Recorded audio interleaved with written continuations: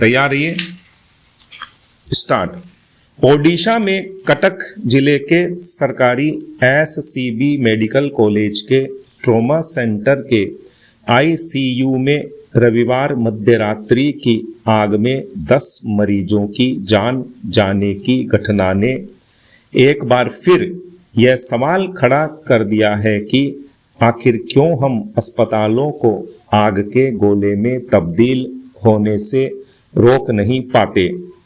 क्यों हर थोड़े थोड़े समय में किसी न किसी अस्पताल में अग्नि दुर्घटना घटित होती जा रही है।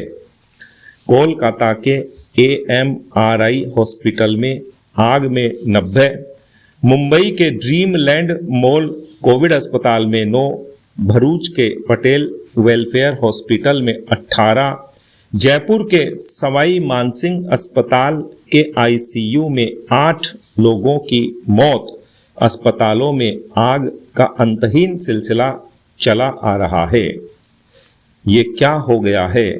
कोई भी किसी दुर्घटना से सबक लेता नहीं दिखता है।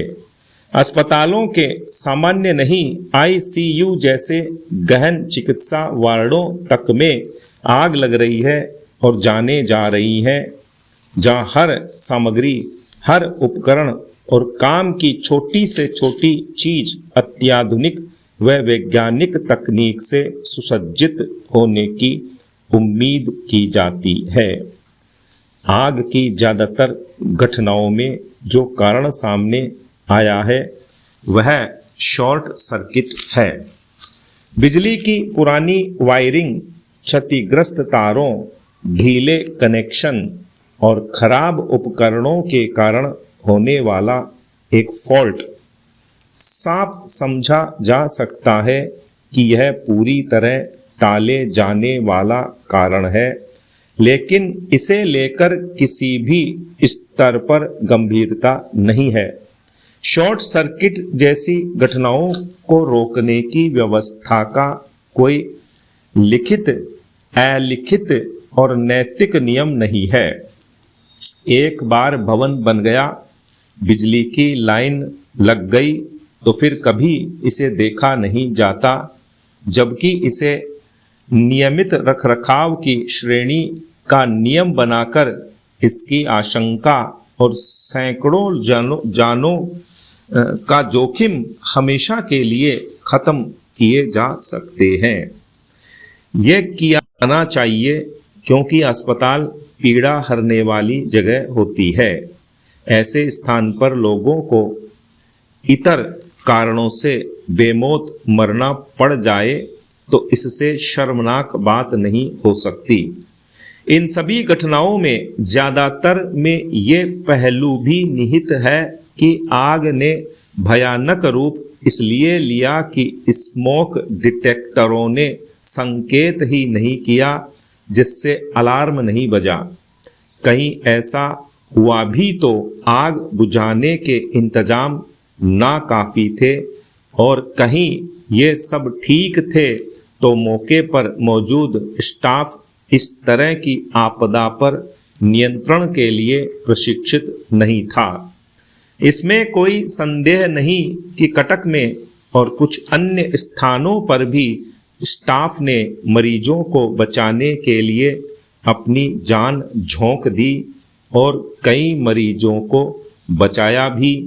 पर यह भी सही है कि वे प्रशिक्षित होते तो और अधिक लोगों को बचाया जा सकता था।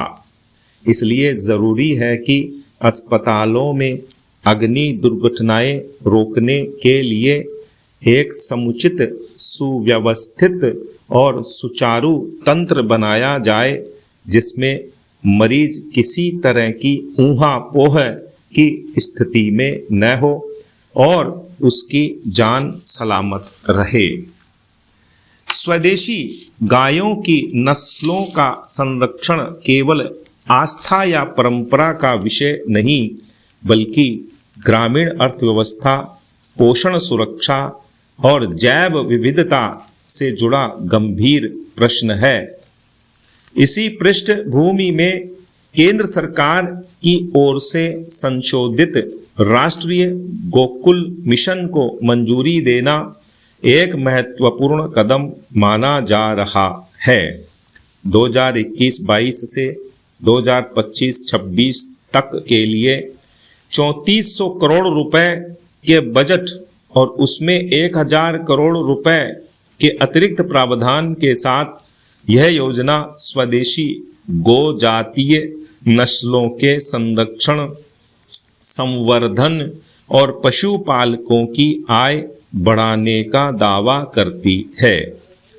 आंकड़ों के स्तर पर देखें तो पिछले एक दशक में डेयरी क्षेत्र में उल्लेखनीय प्रगति दिखाई देती है। देश का कुल दूध उत्पादन 63% से अधिक बढ़ा है और प्रति व्यक्ति दूध उपलब्धता 471 ग्राम प्रतिदिन तक पहुंच चुकी है, जो विश्व औसत से भी बेहतर है। प्रति पशु उत्पादकता में भी करीब 26% की वृद्धि दर्ज की गई है। यह संकेत देता है कि पशुपालन क्षेत्र में तकनीक, प्रबंधन और सरकारी योजनाओं का असर पड़ा है। संशोधित गोकुल मिशन में बछिया पालन केंद्रों की स्थापना और IVF बछिया खरीद पर ब्याज सब्सिडी जैसी नई पहलें जोड़ी गई हैं। इनका उद्देश्य यह है कि अच्छी नस्ल की मादा पशुओं की संख्या बढ़े और भविष्य की उत्पादकता मजबूत हो। गो चिप, गो सॉर्ट जैसी स्वदेशी तकनीकों का विकास यह दिखाता है कि भारत अब केवल परंपरागत ज्ञान पर नहीं बल्कि आधुनिक विज्ञान के सहारे स्वदेशी नस्लों को बचाने की कोशिश कर रहा है। सवाल यह है कि क्या इन उपलब्धियों को सीधे सीधे स्वदेशी नस्लों की वास्तविक रक्षा की सफलता कहा जा सकता है? यही तस्वीर का दूसरा थोड़ा असहज पहलू सामने आता है। दूध उत्पादन में हुई बढ़ोतरी का बड़ा हिस्सा आज भी क्रॉस ब्रीड या उच्च दुग्ध उत्पादन वाली सीमित नस्लों से आ रहा है। कई स्वदेशी नस्लें जैसे साहीवाल, थार पारकर, कांकरेज या हरियाणा नस्ल अब भी क्षेत्रीय दायरे तक सिमटी हुई है। कुछ नस्लों में संख्या बढ़ी है, लेकिन उनकी आनुवांशिक शुद्धता व गुणवत्तापूर्ण विस्तार अब भी चिंता का विषय है। किसानों की व्यावहारिक मजबूरी भी एक बड़ा कारण है। छोटे और सीमांत किसान तत्काल आय को प्राथमिकता देते हैं। ऐसे में वे ऐसी गाय चुनते हैं जो जल्दी और अधिक दूध दे सके, भले ही वह स्वदेशी नस्ल न हो। पशु रोगी का खतरा भी योजनाओं की सफलता पर भारी पड़ा है। हाल के वर्षों में लंपी स्किन डिजीज जैसी बीमारियों ने हजारों पशुओं को प्रभावित किया और कई इलाकों में दूध उत्पादन घटा। इससे स्पष्ट होता है कि केवल नस्ल सुधार या प्रजनन तकनीक पर्याप्त नहीं है। पशु स्वास्थ्य सेवाओं, टीकाकरण और आपदा प्रबंधन पर समान रूप से ध्यान देना जरूरी है। विराम।